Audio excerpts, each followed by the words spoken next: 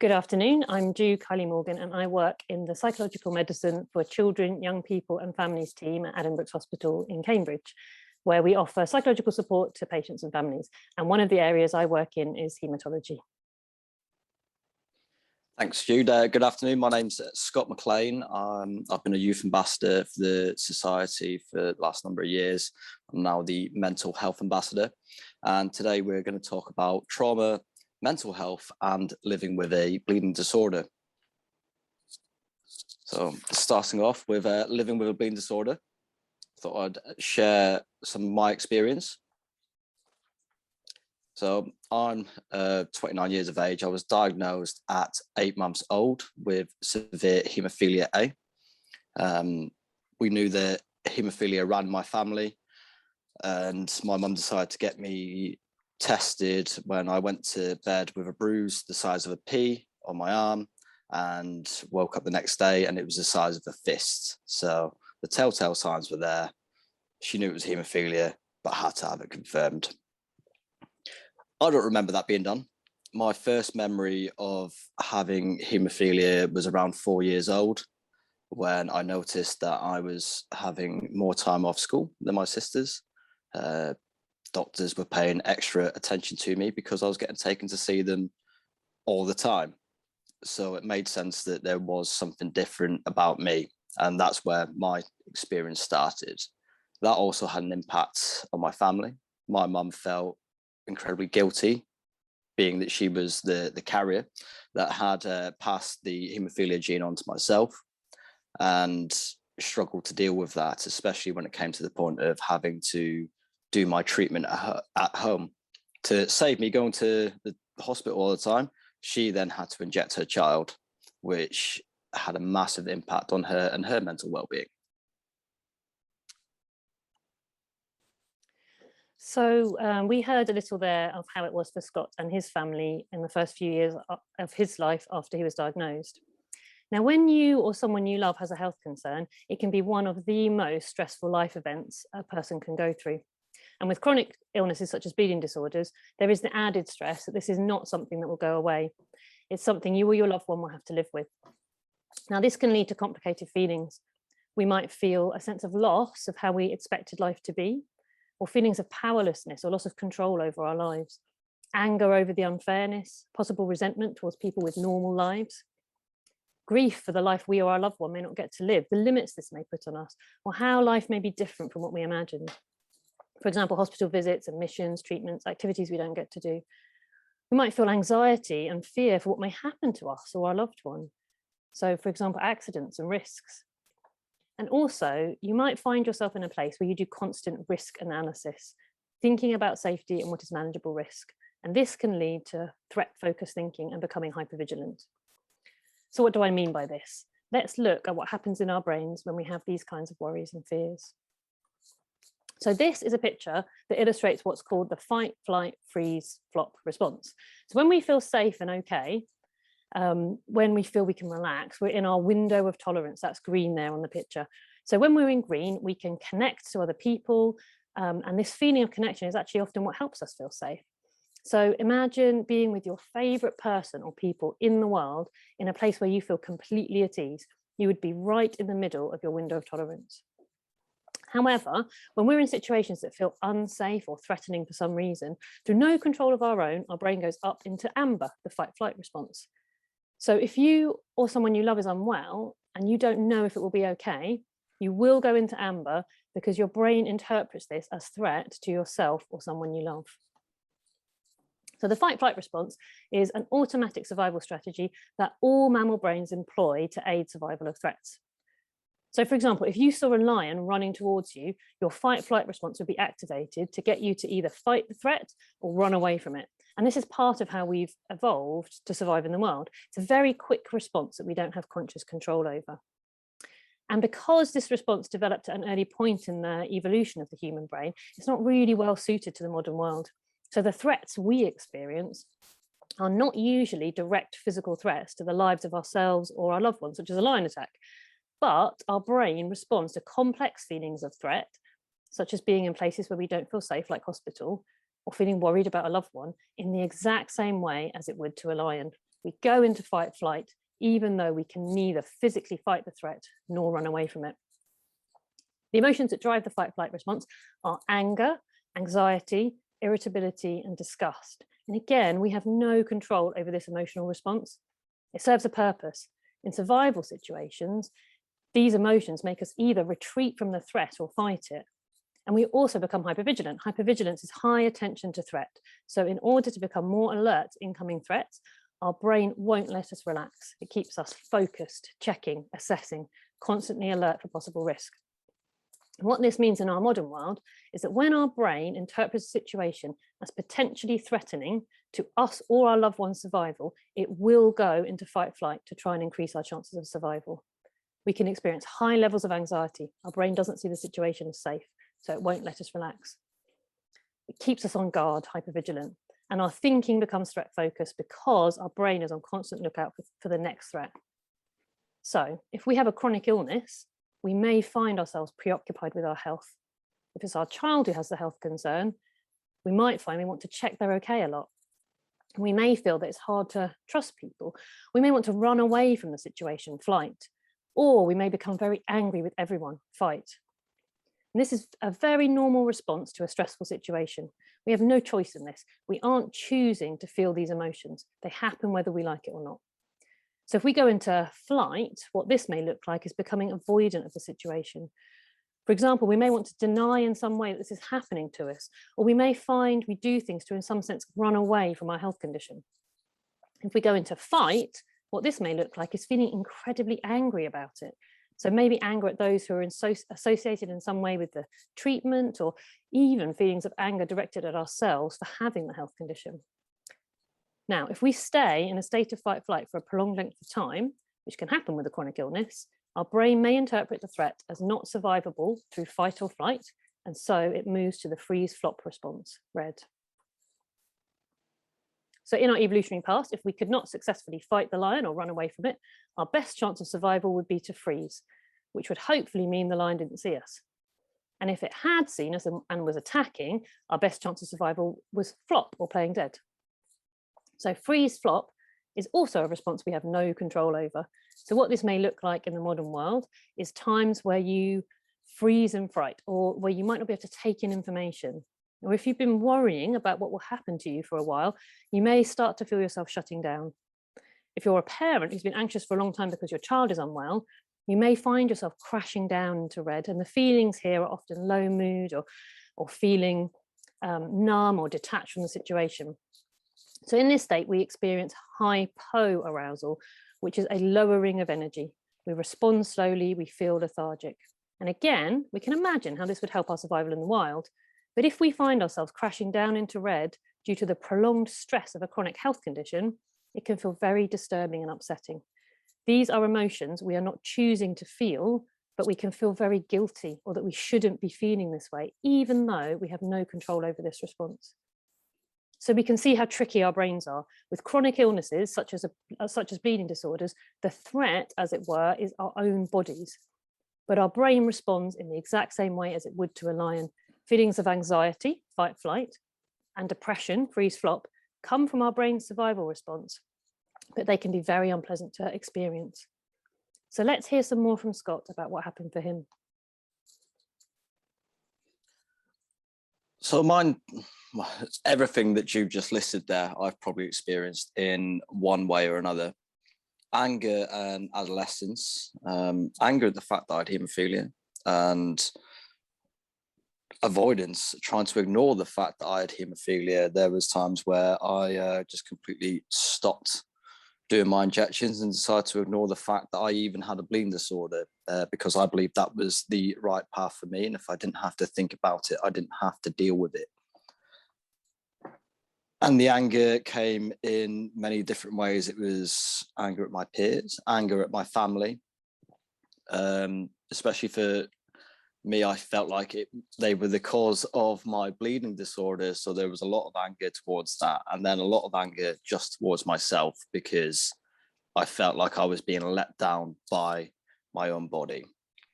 That also had a massive impact when I was at school. I literally took the fight or flight to its limit. and became very aggressive to try and prove that I wasn't this person that would die from a paper cut, and I wasn't as fragile as my peers expected me to be, because it was very difficult, not only going into adolescence and secondary school, but to do that as someone who was quite shy at the time with a bleeding disorder considerably exacerbated the entire situation. And it was a massive swing between either accepting that I had haemophilia and not doing things, or trying to prove that I didn't have haemophilia and take on the biggest guy in the school at certain times, unfortunately.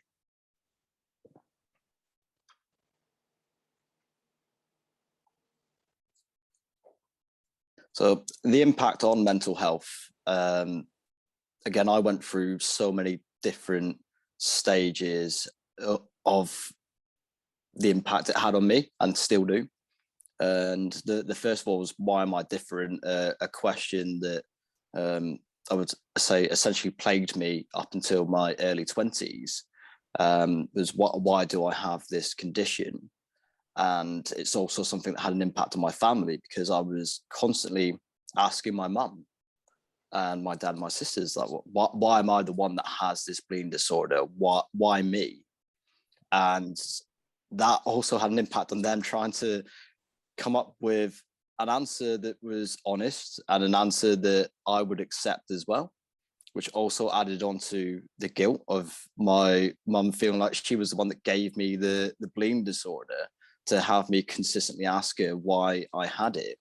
And it really took a toll on her mental health, to the point where she effectively had a breakdown when she was doing my injections and had to be signed off from work, and the only time they could contact her was through another family member, because she just couldn't cope with the stress of looking after 3 children, as well as one with a severe bleeding disorder. So it had a massive impact all around. On top of that, I was still getting older and still rebelling against my treatment, and I went through different forms of anxiety through each part of my life, whether it was school, work, or relationships. As I previously said, at school, I became very rebellious and started fighting, trying to prove that my body wasn't letting me down and I wasn't as fragile as everyone assumed me to be, and tried to take control of my haemophilia by completely ignoring it. I would get anxious with work when I was doing job interviews. Would I tell them that I had this bleeding disorder? Would they even understand that I had this bleeding disorder? And at the times where I didn't tell them, I could end up with a bleed in my leg and not be able to walk. I could take my treatment and go in the next day and be absolutely fine. And because I hadn't explained it, or they just didn't understand, no one could wrap their head around the fact that I couldn't walk one day and was absolutely fine the next day. So I was terrified of discussing that with anyone. And again, with relationships, I'd spent so long with people thinking that I believed that people were thinking that I was less than them, and that I was fragile, or there was something wrong with me. Whenever I was getting into relationships, I was either avoiding that prospect of a relationship, or I wouldn't want to tell them about the fact that I had a bleeding disorder, which was a very isolated place to be, and very lonely place, which in turn left to bouts of depression, because I felt very alone and couldn't share this with anyone, because I didn't know how to share it with them, because I still wasn't sure what it was and the effect it had on me at the time, which led to 2 different things. Was, why can't I do anything? Because I spent a long time feeling like I couldn't do anything, because I had to look after this haemophilia, I had to do this treatment. And because I had haemophilia, I wasn't allowed to do anything. To then going, I can do anything, regardless of my treatment. I will go out and do it anyway, because I can prove it wrong. And that would go one of 2 ways. I'd maybe get away with it and think, okay, I can do this now, and do something maybe a little bit more ridiculous and end up with a massive bleed. or I'd end up with a massive bleed anyway, and that's bed rest for a few weeks, which again would put me back into the loop to anxiety and depression. So I got to a point where, can I even find a balance with this? Is there a way out, or am I just going to be stuck in this cycle of ignoring my haemophilia or being depressed and upset by the fact that I have haemophilia? And that's essentially something that carries on now, but it's coming back to the control. So it has a massive impact on mental health. So we've heard about how this all played out for Scott and the effect this had on his mental health. But what's actually happening in our brains when we have a fight, flight, freeze, flop response? So the first major player in how the brain responds to threat is the amygdala. This part of our brain can be thought of as customs. It checks all incoming sensory information for potential threats. The amygdala is like the brain's alarm system. Its job is to notify us that there is a potential source of threat, and it does this through a burst of emotion, anxiety, anger, disgust, to alert us to take action to protect ourselves from incoming threat. So this is part of the limbic system. It's a very quick response. It's non-verbal. There's no sense of time. It's like a better safe than sorry response. It's almost too ready for action. And the amygdala is where emotional memories are stored. So memories of traumatic experiences can get stuck here as body memories. So an example of a body memory is if something gives you food poisoning, you may feel nauseous when you smell that food again. This is a body memory stored in your amygdala trying to protect you from a potential source of threat, potentially dangerous food. So under threat, the amygdala cuts off communication with the hippocampus in order to respond quicker. Its purpose is quick fight, flight response to give you the best chance of survival from threat. So it's all about speed rather than allowing you to think things through. Now, the second major player in how the brain responds to threat is the hippocampus. Now, this part of our brain can be thought of as like the busy administrator. It assesses potential threat communicated by the amygdala by comparing the sensory information to other processed memories. It assesses the threat, and then it tells the brain to respond to the threat or calm down if there is no threat. So for example, imagine if you saw a dark shadow on the wall. The shape is similar to a spider. Your amygdala recognizes the shape and quickly responds with a burst of anxiety to get you moving. But then, as you look at the shape more and your hippocampus processes the sensory information, you seem to see the shape more clearly and realize that it's just a shadow and not actually a giant spider. Your hippocampus compares the sensory information the amygdala has registered as threatening with past experiences and recognizes that it's not a spider. So the hippocampus puts memories into context by allocating them a place and time. When we choose to remember a memory, we're accessing the filing system of the hippocampus. Now, the third major player is the prefrontal cortex, which can be thought of as like the conductor. So this part of the brain is the newest part of our brain evolutionarily. It makes us human. So this is where we plan, use language, make conscious decisions. It's where we regulate and make sense of our emotions. Time, place, chronology are made sense of here. Now, this is a slower part of the brain. Rational thought takes time. We feel in control when we're able to use this part of our brain to think things through. Now, when all three parts of the brain are in play, we're able to respond to threat effectively and process our experience of the threat. But sometimes experiences can be traumatic, and this affects how our brain responds to threat. So let's look at what can make an experience potentially traumatic and how this affects our brain's response, which can leave us up in amber, fight, flight, or down in red, freeze, flop. So any experience where we feel overwhelmed, powerless or helpless, and where there is threat or actual experience of physical harm or threat to life for ourselves or a loved one has the potential to be traumatizing. So experiences when we are seriously ill have the potential to traumatize us. Experiences when a loved one is seriously ill have the potential to traumatize us. Now, these experiences won't necessarily traumatize us, but they can do. So if our amygdala interprets the threat to be overwhelming, it can cut off communication with the hippocampus in order to respond quicker. So rather than waiting for the hippocampus to assess the threat or compare the information with past experiences, it just reacts. You become pure fight, flight response. So what can happen when an experience is overwhelming to the point of being traumatic is that the door between the amygdala and the hippocampus remains shut. And so your memories of the event can become stuck in the amygdala, unprocessed without time tags. And since all the information has not been passed through to the hippocampus, the processing of the experience is incomplete, which can fragment your memories. So for example, sometimes people describe not having very clear memories or sense of time from when they're in hospital. And when an experience is traumatic, our amygdala becomes sensitized to the stimulus that resembles the trauma in order to protect us from future trauma. So it's like a smoke alarm. That's sort of oversensitive to smoke. Even just a whiff of smoke in the distance will set it off.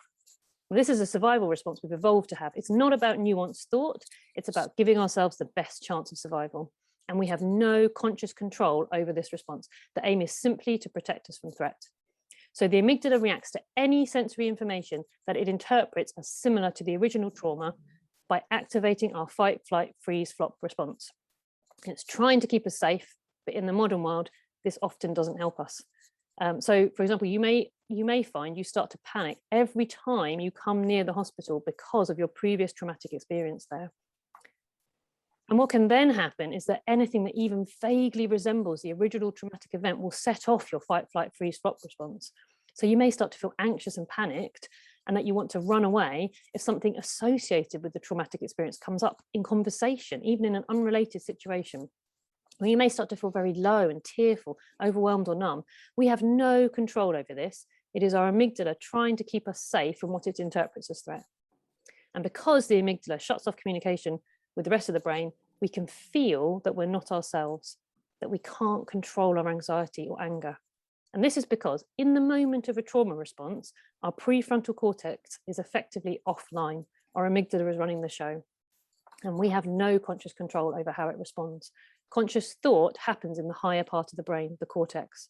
So when people have a trauma response, they often feel that they can't think straight, that they're going mad, that they're not themselves.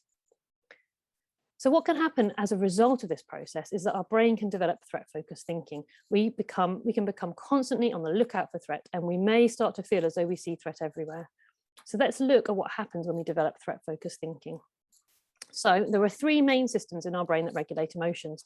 The first is the threat system, which is what we've been talking about so far. It's based in the amygdala. Its purpose is threat detection and protection. The emotions it generates are anxiety, anger, irritability, and disgust, as we've seen.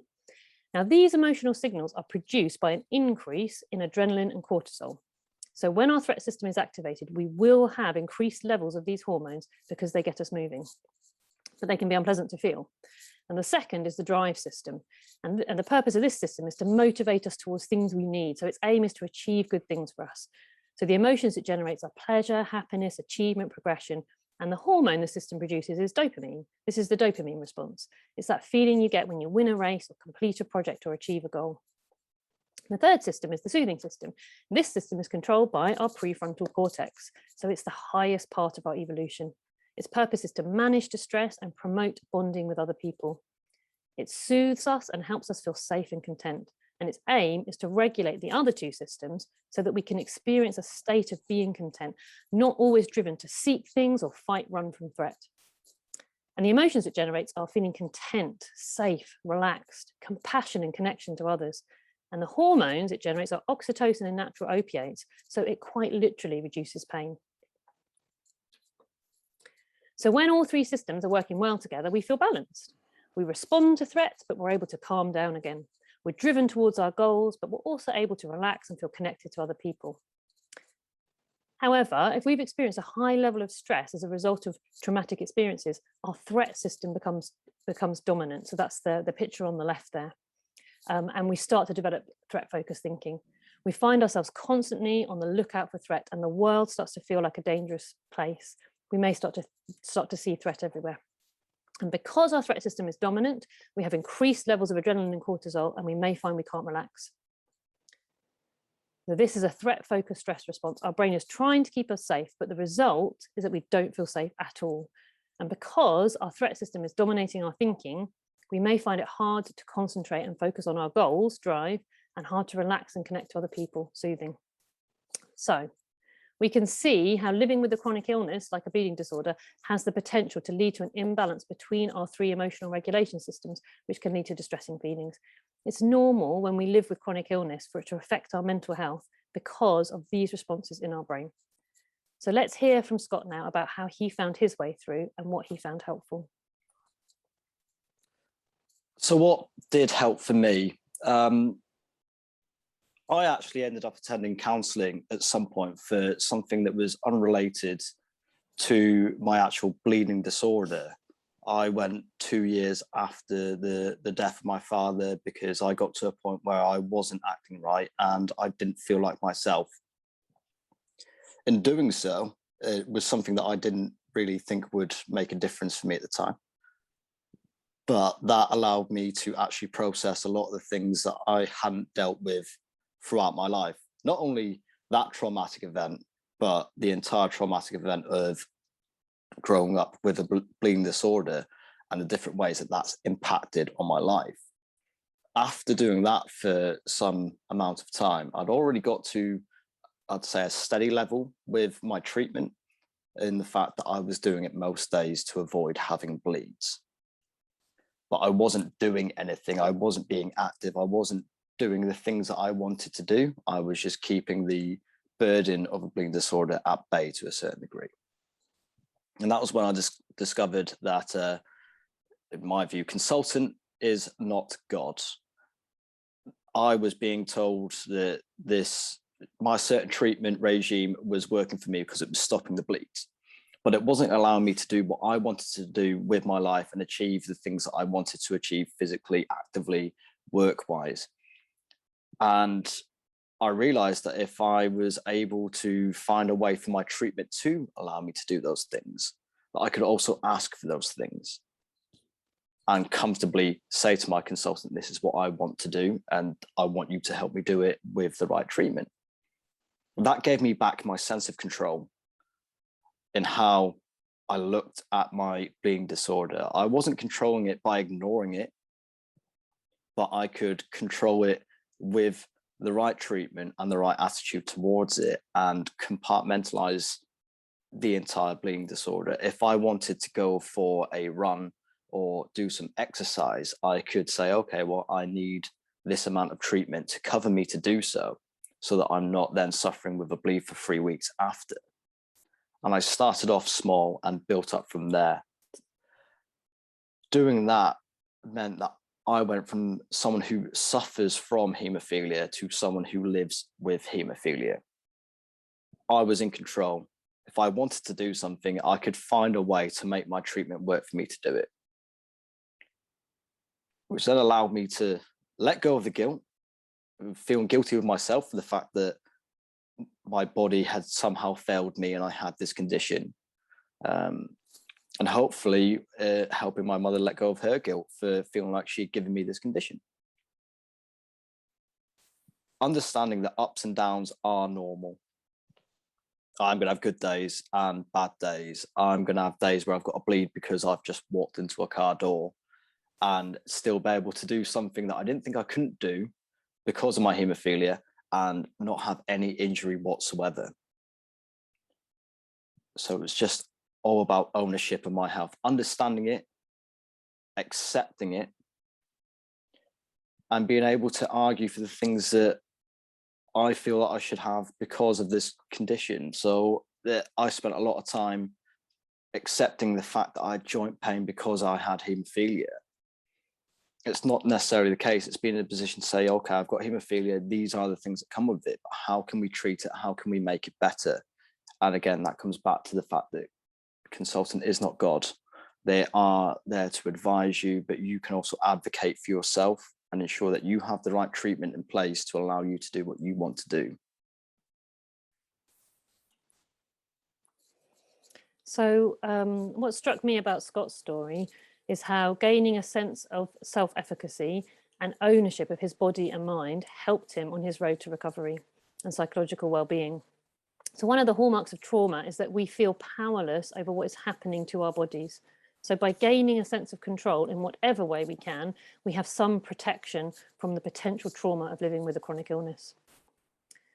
So it can help us to develop an understanding of how and why our brains work the way they do. The key thing to understand here is that none of this is your fault. Your brain is a product of human evolution, and you are not in conscious control of these responses. The fight, flight, freeze, flop response happens whether we want it to or not. So, for example, if someone gives you a fright and makes you jump, you have no control over that. You can't choose not to jump. It's happened before you've even been able to consciously take it in. That is how quick the amygdala is. It's quicker than conscious thought. The way your brain responds to traumatic experiences is not your fault, and it's not within your control.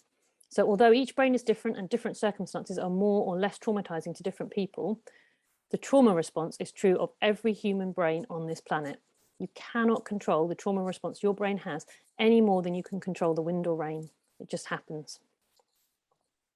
It is not your fault that the fact that you or your loved one has a bleeding disorder has made you feel anxious, angry, irritable, numb, tearful, low, or disconnected from other people. These emotions come from your fight, flight, freeze, flop response to a situation your brain has identified as threatening.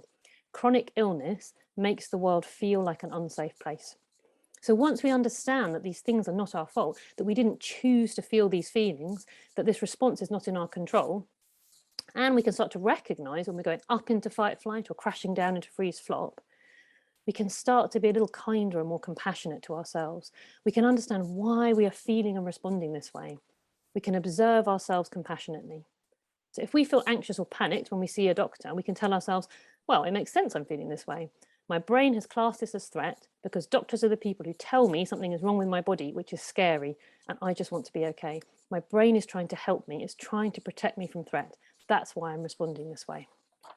And the reason this is so important is because when we start to be kinder and more compassionate to ourselves, we are engaging our soothing system, which means we're bringing our prefrontal cortex into play. And this helps us regulate our emotions, manage our distress, and think clearly and rationally. Our soothing system regulates our drive and threat systems. So by engaging our soothing system, our threat system no longer dominates our thinking. We become less threat focused, able to connect, feel calm, able to plan and make decisions, because by calming our threat system, our prefrontal cortex is back in the driving seat and our emotional regulation systems are working in balance again.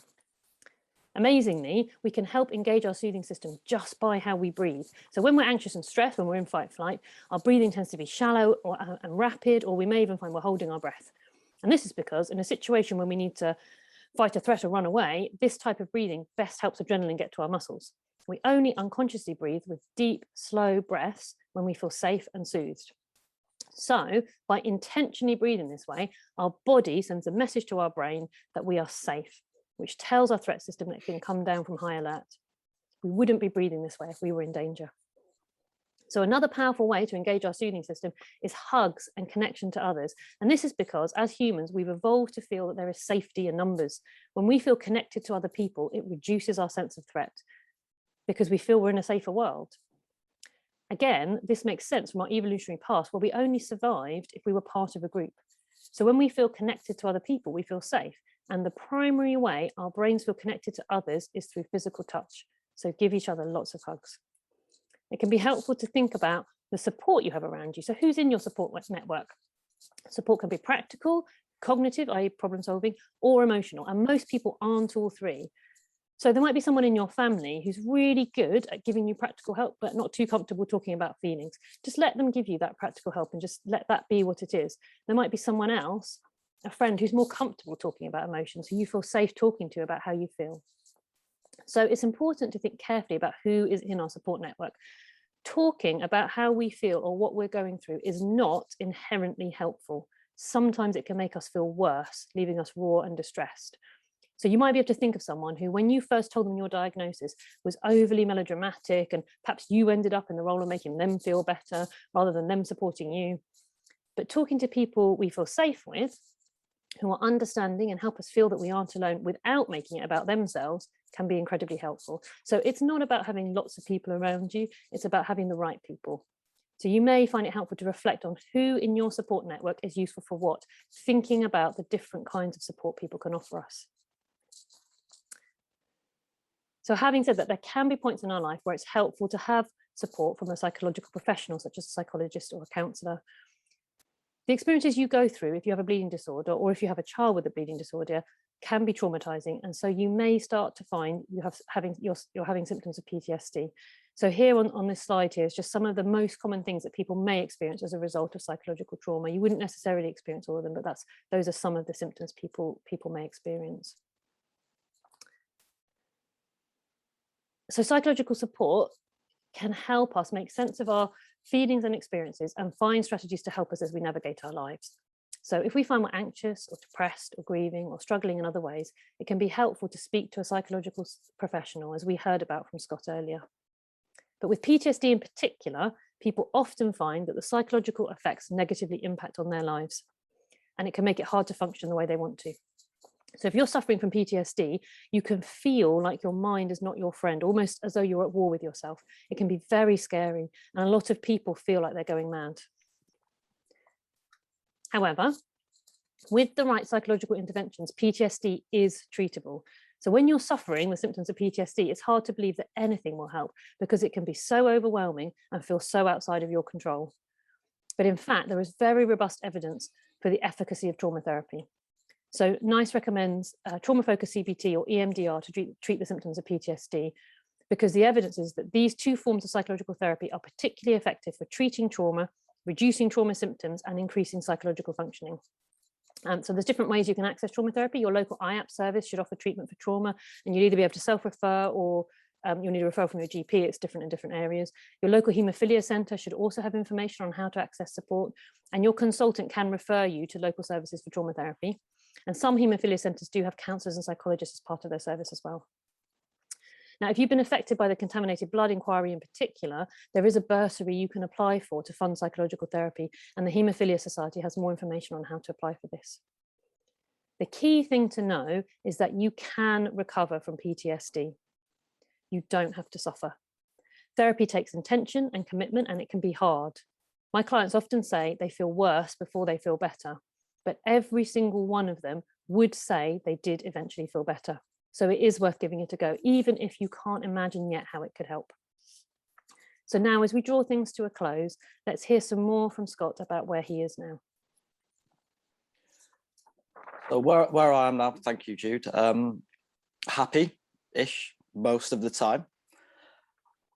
Doing my treatment, again, most of the time. I'm not going to lie, there's still days where I just can't be bothered and I can't face doing it, so I don't. But I accept and own that decision. But when I am doing my treatment, I am making it work for me. It's the treatment that I want to be on because I asked for it. And it's the treatment that's working best for me in terms of bleeding and work and social life.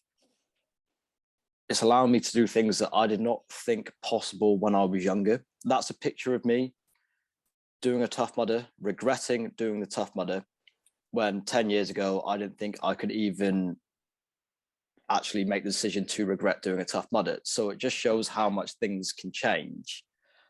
Since then, I've gotten to a really good point with my bleeding disorder where I even started my own page, Unclottable, talking about my experiences growing up with haemophilia and the different challenges I've faced and the different challenges I will probably take on as well.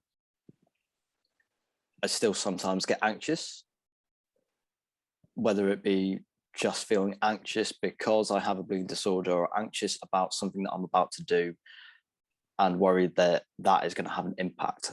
And I still sometimes get depressed about it as well. But I'm in control of it.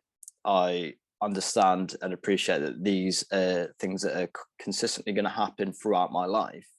But as long as I'm in control of my treatment and aware that these things can happen, I can be in control as much as I can of my mental well-being as well. And I can still continue to push the boundaries with my haemophilia and see what I can do with my body and not feel failed by myself.